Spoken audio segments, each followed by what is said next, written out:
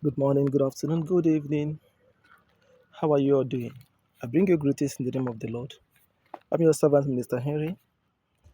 I want to speak on marriage. Why? Because there's a place I went to. People concept of marriage is wrong. It's wrong.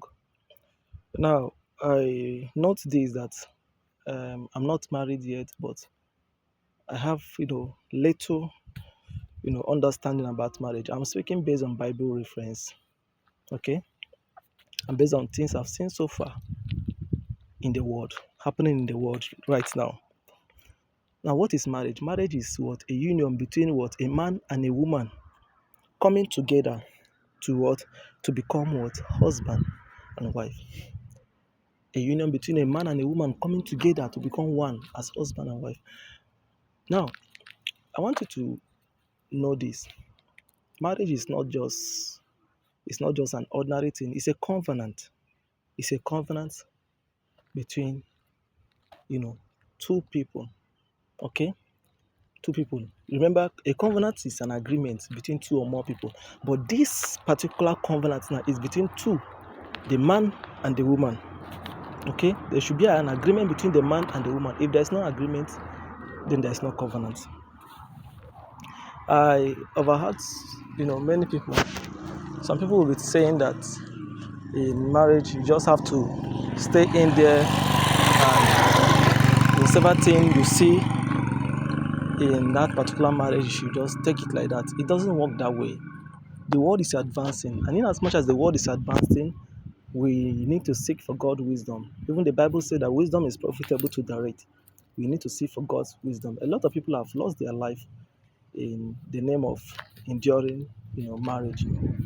Let me say this to you. Let me say this to you. Take note of this.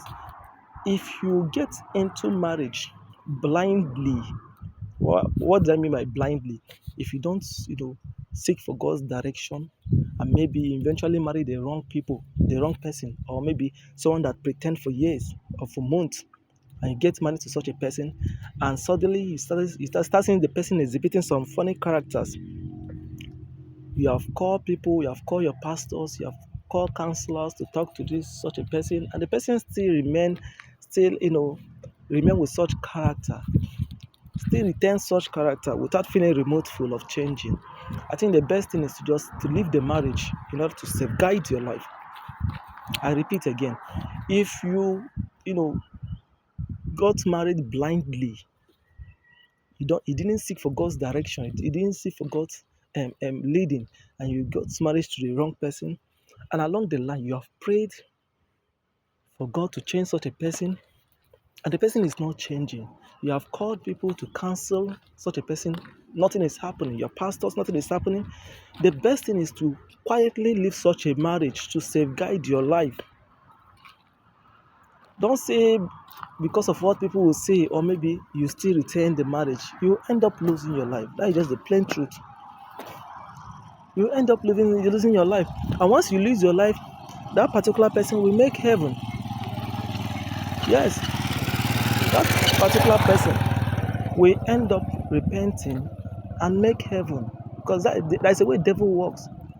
Once you have achieved what he wants, he will now what? Leave the person. Once you have achieved what he wants, he will leave such a person because he have nothing else to achieve. So once you notice that this marriage is a funny character that you have started exhibiting, you leave the marriage. Then to those that are not yet married, I advise you to seek for God's direction. Seek for God's direction. Ask for God to lead you to the right person before embarking into marriage. Before embarking into marriage. Oh, and also note that divorce is one of the worst things that can happen to any marriage. Divorce. The Bible only permits divorce in what? In adultery case. Jesus said it. I think it should be in Matthew chapter 5, verse 30, 31, thereabout. Jesus says that if a man caught his wife in the act of adultery, that she serve the woman a divorce what? A divorce letter. So you're only permitted to serve your wife a divorce letter. But if Paraventure now, you encounter in marriage, you encounter domestic violence and other things. I think the best thing for you to do is to also what? Leave the marriage. Is someone that is alive that is serving God. If you are not alive, you won't serve God. If you are not alive, your own is gone.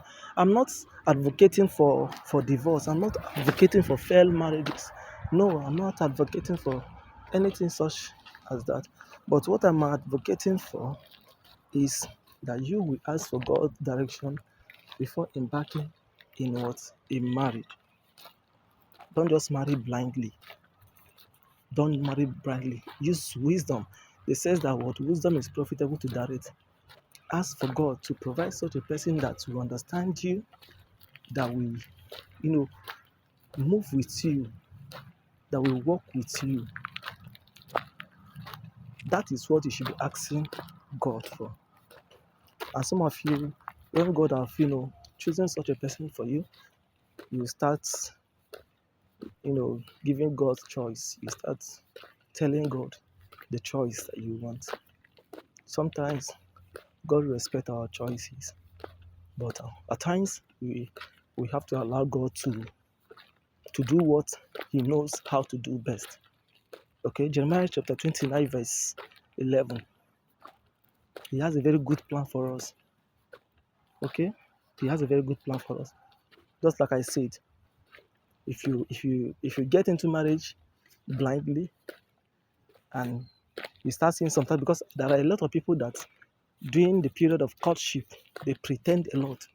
It's after marriage you start seeing them exhibiting those funny characters.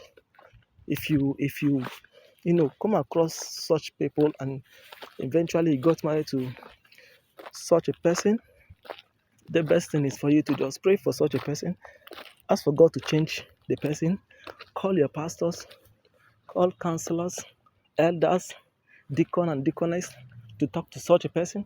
But if such a person is, does not have this sign of, change, this sign of repentance, genuine repentance in him or her, the best thing is to cut off the marriage and serve your God in peace. But before cutting off any marriage, check yourself. It's not all about the person. Check yourself if if you are doing things right. Okay? This is a little I have to contribute concerning marriage. This is a little I have to contribute. And I pray that this will be helpful to someone out there.